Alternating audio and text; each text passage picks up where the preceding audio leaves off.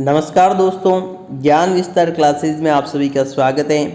आज की क्लास में हम सीखने वाले हैं आरोही क्रम एवं अवरोही क्रम में अंतर को। तो चलिए स्टार्ट करते हैं क्लास। आरोही क्रम यानी असेंडिंग ऑर्डर और अवरोही क्रम यानी डिसेंडिंग ऑर्डर। तो सबसे पहले एक एग्जाम्पल से समझेंगे हम आरोही क्रम और अवरोही क्रम क्या होता है।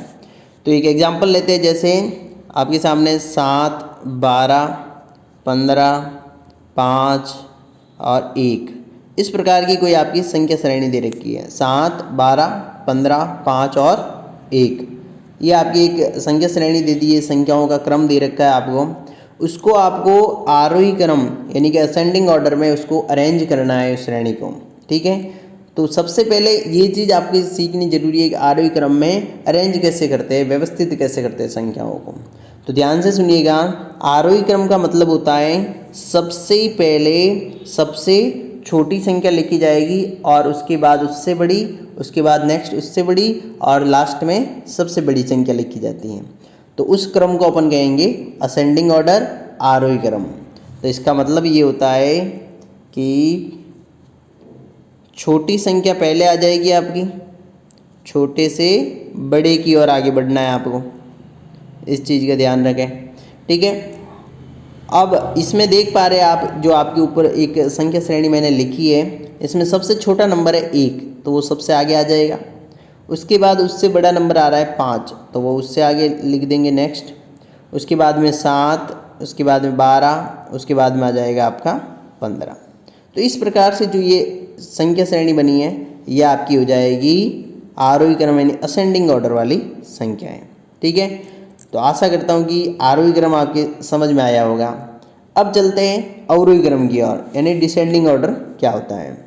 तो इसमें भी हम एक एग्जांपल लेते हैं, जैसे एक दे रखी संख्या है 9, 8, 7, 5,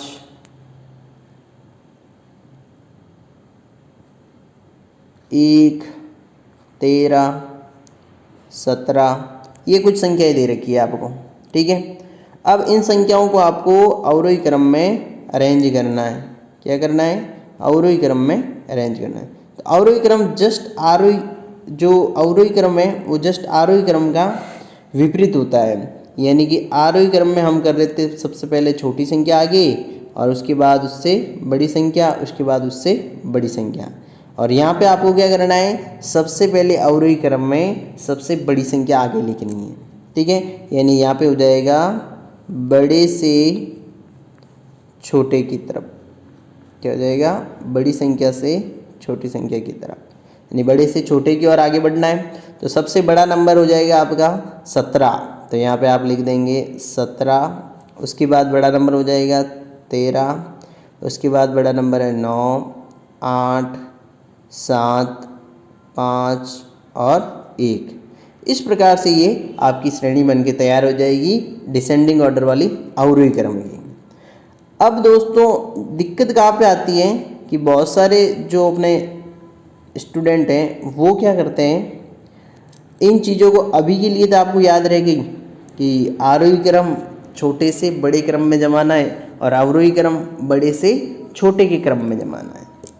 ठीक है, लेकिन बाद में कुछ समय बाद में उनको वापस दोनों एक जैसे ही लगते हैं। आरोही क्रम आ जाए तो क्या करना है और अवरोही क्रम आ जाए तो क्या करना है।